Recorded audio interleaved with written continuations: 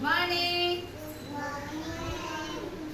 మనం ఈరోజు ఒక కథ చెప్పుకుందామా? ఏం కథ అంటే నానేస్తాం, స్నేహం గురించి నానేస్తాం అనే కథ చెప్పుకుందామా? కథలో వీళ్ళిద్దరు చూడండి, రియా జయ.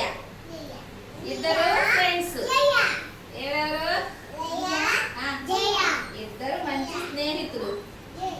ఇద్దరు కలిసి స్కూల్కి వెళ్తున్నారు అనమాట. రియా జయ కలిసి ఇద్దరు స్కూల్కి వెళ్ళి అన్నం తినేటప్పుడు సాయంత్రం పూట ఆడుకోవడానికి ఇద్దరు కలిసి హోంవర్క్ చేసుకోవడం. కానీ ఇద్దరు ఫ్రెండ్స్, మంచి ఫ్రెండ్స్. ఇట్లా ఉంటే రియాకి 2వ క్లాస్లోకి వచ్చింది. రియా 2వ క్లాస్లోకి వచ్చి వేరే స్కూల్కి వెళ్ళాల్సి వచ్చింది.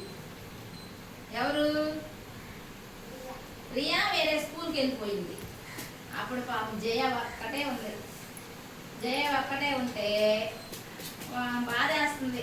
ఏదో కూర్చొని చదువుకొని ఆ భోజనం తినాలన్నా చూడండి, ఇక్కడ చూడండి, భోజనం చేసేటప్పుడు చూడండి ఆలోచిస్తూ ఉంది. అమ్మా రియా లేదే నా ఫ్రెండ్ అని ఆలోచిస్తుంది. బాబు ఏం చేస్తుంది? ఆలోచిస్తా ఉంది. చూడండి దిగులుగా ఉందో, ఎంత దిగులుగా ఉందో చూడండి పాపం. అయితే ఈ అమ్మాయి బాగా చదవటంలా దిగులుగా ఉంది. ఎవరు? జయ ఆలోచిస్తా ఉంది, బాగా చదవటం లేదు. అందుకని ఏం చేసింది మేడం టీచరు వాళ్ళ అమ్మ నాన్నకి చెప్పింది, జయ ఏందో బాగా చదవటం లేదు అని చెప్పింది.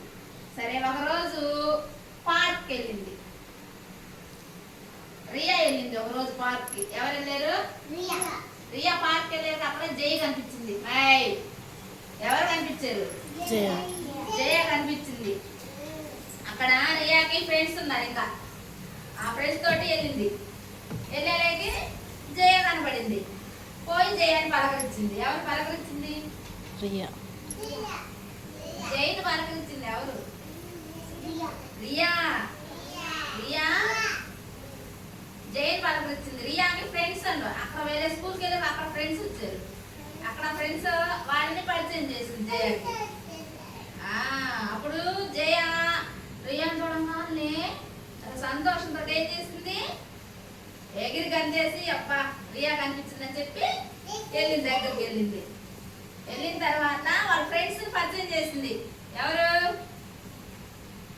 రియా ఫ్రెండ్స్ ని జయాకి పరిచయం చేసింది. చూడండి నలుగురు ఫ్రెండ్స్ ని ఎట్లా పరిచయం చేస్తుందో అనిపిస్తుందా?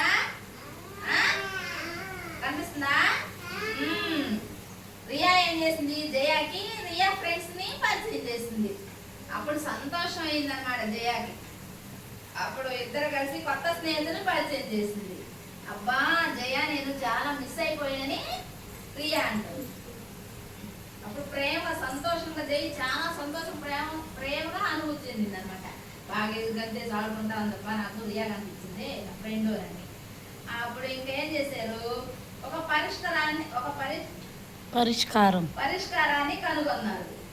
వాళ్ళ స్నేహాన్ని నిలబెట్టుకోవటానికి, అంటే విడిపోకుండా ఉండటానికి ఒక పరిష్కారాన్ని కనుగొన్నారు. ఏ పరిష్కారం అంటే రోజు స్కూల్ నుంచి వచ్చిన తర్వాత రోజు స్కూల్ నుంచి వచ్చిన తర్వాత హోంవర్క్ చేస్తున్నాం ఇద్దరం కలిసి ఆడుకున్నాము అని రియా చెప్పింది జయతోటి. పార్క్లో కలిసి ఆడుకున్నామని చెప్పింది.